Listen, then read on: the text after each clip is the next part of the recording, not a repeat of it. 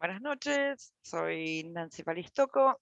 Esta noche voy a hablar del primer capítulo de Ontología del Lenguaje de Rafael Echeverría, que es Bases de la Ontología del Lenguaje. ¿Sí? Hoy nos encontramos con una nueva comprensión de que los seres humanos tienen el poder de elegir una infinidad de posibilidades para modificar el futuro. Se sabe que antes de la aparición del alfabeto, unos 700 años antes de Cristo, los seres humanos vivían en lo que se llama el lenguaje del devenir, que es el lenguaje de la acción, en donde la acción y el lenguaje estaban unidos, ¿sí? En la antigua Grecia tenían historias o fábulas de héroes y dioses, como Ulises, Aquiles, narrado por oradores o poetas para explicar lo que era el amor, la piedad, la valentía, a través de las acciones. Pero el alfabeto y la imprenta separa el orador, el lenguaje y la acción. Por lo tanto, pasa de un lenguaje de acción, que es el devenir, a un lenguaje de ideas, que es el lenguaje del ser. Pero luego aparece la filosofía, que más adelante el pensamiento científico y después se desarrolla la lógica, donde llegamos a la racionalidad. Con la llegada de los filósofos, que eran los metafísicos, cambió la comprensión de muchas cosas después de los griegos. En la filosofía de Descartes, por ejemplo, pienso, luego existo. Esta es la era que se designa cartesiana. Se postulaba que el pensamiento era la base del ser. Entonces, eso era que el hombre era racional. Y esta nos distinguía de las otras especies. Entonces, acá viene el dominio que era la razón.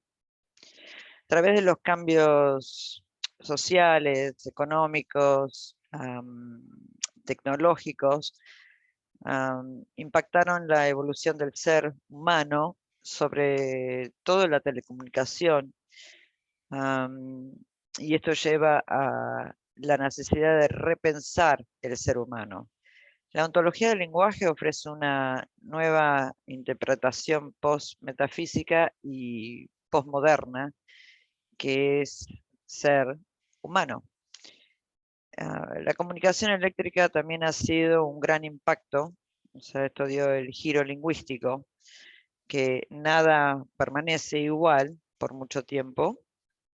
El lenguaje del ser está sustituido por el lenguaje del devenir, reemplazando al lenguaje metafísico.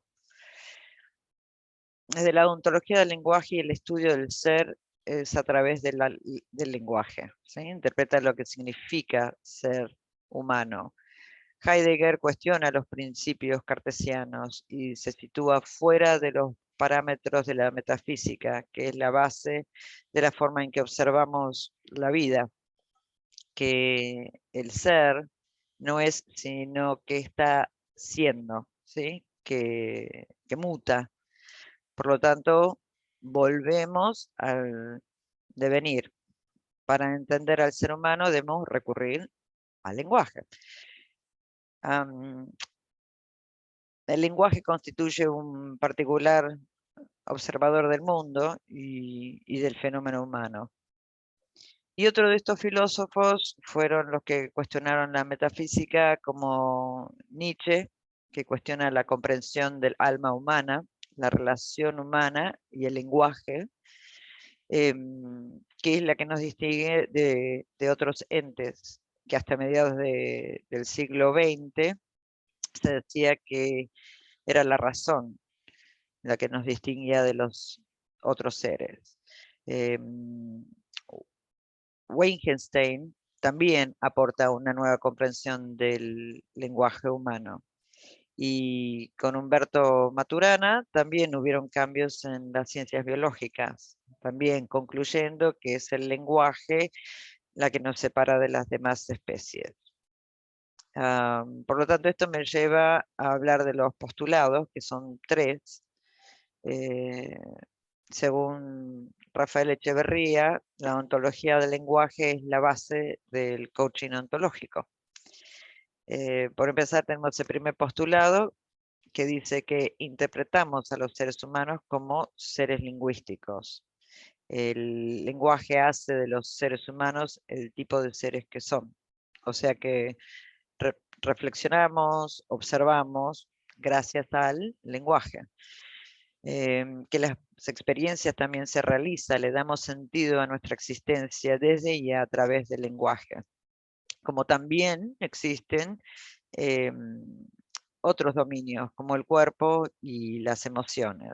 Por tanto, tenemos el dominio del cuerpo, dominio de la emocionalidad, desde el dominio del lenguaje. Sería pensar, sentir y hacer. También tenemos el segundo postulado, que interpretamos al lenguaje como generativo, que a través del lenguaje generamos lo que hacemos o dejamos de hacer por lo que decimos o lo que no decimos. Entonces podemos decir que el lenguaje crea realidades, ¿sí? Genera acción, hace que sucedan cosas para mí y para los demás. Genera ser. Cuando decimos que sí o que no, basta, son declaraciones, por lo tanto abre o cierra posibilidades. O sea que cuando usamos el lenguaje al hablar, le estamos dando forma al mundo en que vivimos, por dentro y por fuera, con la narrativa que elegimos utilizar.